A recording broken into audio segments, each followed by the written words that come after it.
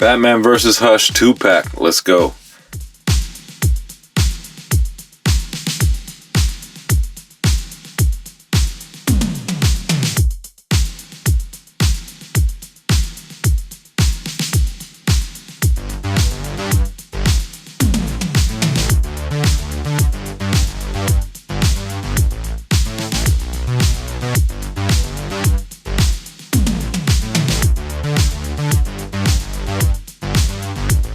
Geeks was popping. We got Hush, we got Batman. Now this Hush is different from the single release.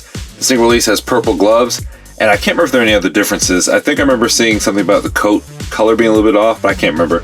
But yeah, it's not that big of a difference. For the first time ever, I showed restraint and did not order both. Well, actually I did order both, but I canceled the purple glove one. I'm tired of paying an extra 20 bucks or whatever for McFarlane swapping a head or some hands. So I'm gonna show discipline, and I'm gonna stop complaining, and I'm gonna review these figures.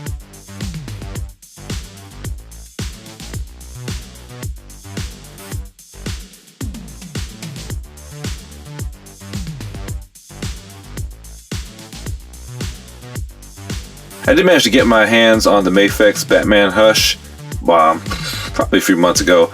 Haven't had a chance to review it yet, so I'll do a review as soon as I can, hopefully next week or the week after, and I'll do a comparison between the two. So McFarlane went through all the trouble to give us this nice city backdrop that we can't use, because once you rip all this plastic off of here, it's going to be unusable. I don't even know why he does it. What we do have is we got the bio card for Hush, bio card for Batman, 2 McFar stands, we got a Heroized Jason Todd tombstone, and then we have the diorama stand.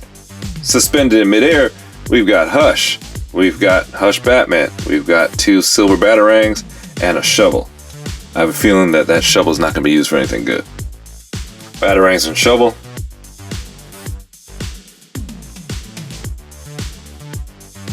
We got our McFar stands. We got this tombstone, which is dope. And we got the diorama stand. Bio cards. As a child, you know what? I'm not reading all that. I went to a community service event today. My throat's tired. I did a lot of talking. Here, you can read it. Just pause the video. Hush, Batman. They seem like they're angry. Let's take a moment to bask in all of their 2-pack glory. Keith Lee.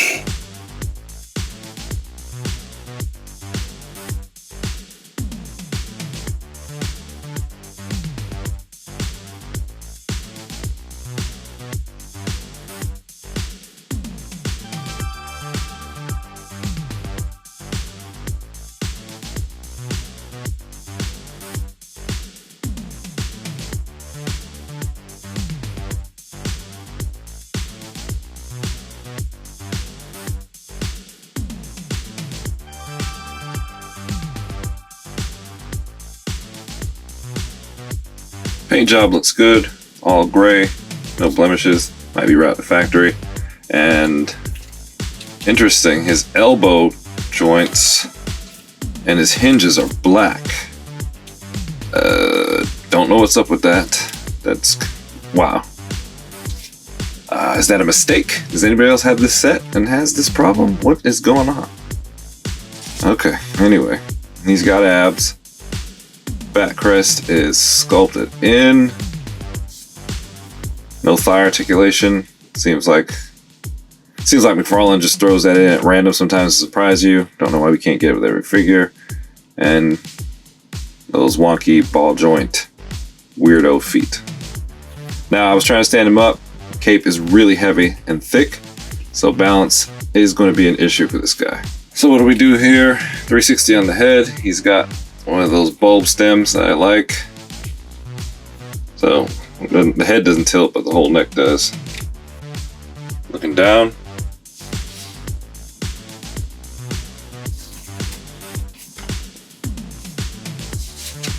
Not really much looking up, more of a looking straight ahead. Arms get up above the shoulder. 360. 360 at the bicep, kind of loose, nothing at the forearm, 360 at the wrist. Now, what do we have here? I think we have that ball joint that turns, so it's neither vertical nor horizontal, but I can't get it to spin, so it might just be, looks like a vertical hinge only. Let me check the other one. Maybe it's just, no, actually it spins on this one, so it probably spins on the other one, which is probably just tight. So you can get whatever angle you want. Hug's not too tight. Wingspan is good. Comes out beyond the back. Intermittent clicks on that abdominal swivel joint. It's really loose though. You can lean, lean. Not much on the crunch. See how his waist is trying to bend. What about backwards? Gives you some good backwards. Some good. Alright, so you get a 360 at the waist. No calf swivel. 360 at the foot. Rocks left, rocks right. Toe points up. Pretty high. Double jointed knees. Give you really good range. Kicks his own waist. Not much of a prancer. So his bend's probably going to be shallow. Yep, shallow on the bend. So shallow on the kick. Whoa. Hell of a split though. Double jointed, weird black elbows. Oh, that's inexcusable. Oh, didn't notice he's got those moth joints in there. That's why he gets that decent range. Or I should say good range going back. But not so much coming in. Usually I give McFarlane kudos for not skimping on the paint. But with this guy, not a big fan of this coat. The belt is the same as that color. It just looks kind of cheap and toy-like and fake. So not a big fan of it. This buckle here, something should have been painted. So they really went cheap on this. They didn't have to worry about too much under it because the coat doesn't open. They could have spent a little bit of cheese just to put some accents in there, a little bit of deco. 360 on his head. 360 all the way around. We get a nice tilt left, nice tilt right. Can't be mad at that. Looking down. Looking up. Arms get up about parallel to the shoulder. Not much on the hug range. Wingspan's okay.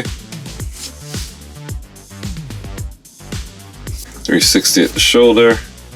Same at the bicep. Nothing at the forearm. 360 at the wrist. You've got that rolling ball joint so you can get vertical or horizontal movement. Double jointed elbows, giving you good range. Now let's see what kind of damage this trench coat does. You get 360 at the waist. You have nothing at the thigh under there. Nothing down here at the calf. He does have knee pads. Not getting any crunch. He does have some kind of joint there for crunching, but the coat doesn't let you do anything. Backwards, same. See, he flexes all the way back, then the coat brings him forward. So no can do. I'm assuming it's double jointed knees. Yeah, he gets good range there. Coat hinders the split. Legs get wide, but then the coat brings it back down. Coat hinders the bend over also, so you're not getting much there. Do get a little bit of woolly way back action there.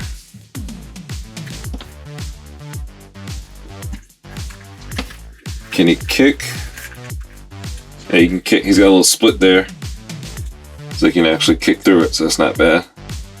Toes point up decent ways, and down. You get a little bucket at the boot there because he's got some kind of shin guard, so not a lot of range there.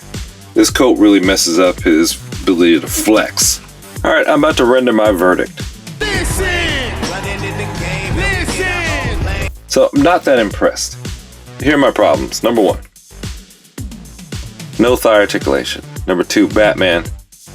McFarlane's got to do something about these ball joints that he used for the wrists and the feet. Both of these guys, when I put them on here, they were so loosey-goosey they started leaning over and falling because their ankles are so loose. And this is not just This is not the first time. A lot of my McFarlane figures, these loosey-goosey ball joints, they just don't hold up. I guess is why they come in McFarlane stands. So I had to put both of them on here and stand them up several times to get them to stay here. Hush's Foothole is too tight for the peg. It's not even on there all the way. It doesn't fit properly. I didn't try the other foot because I didn't want him turned off to the side. This is the foot that I wanted to use, and it doesn't really fit properly. Batman fit a lot better. The tombstone eventually went in there, but the pegs and the slots didn't line up correctly. There's a break. I don't know if it's supposed to be here in the design. Maybe it's supposed to look old and tattered, so maybe that's what it is. I don't know. Hush, the lack of paint decal on the coat. Coat blocks a lot of articulation. The head sculpt looks really good. It's amazing. I like the shovel. The shovel has dirt on it, but it's painted the same color as the shovel. So you have chrome silver dirt. Batman, he just doesn't look good. These old body parts are getting tired. The fact that the hinges are painted black, and I looked on the internet and I saw people call this out when it was announced, and the fact that was probably like 6 months ago, and they didn't do anything about it, that's pretty ridiculous. So overall, I'm not happy with the set at all. I'm glad I did not order that single Hush. I'm glad I have my Mafex Batman Hush coming. I might give these to my kids. I don't know.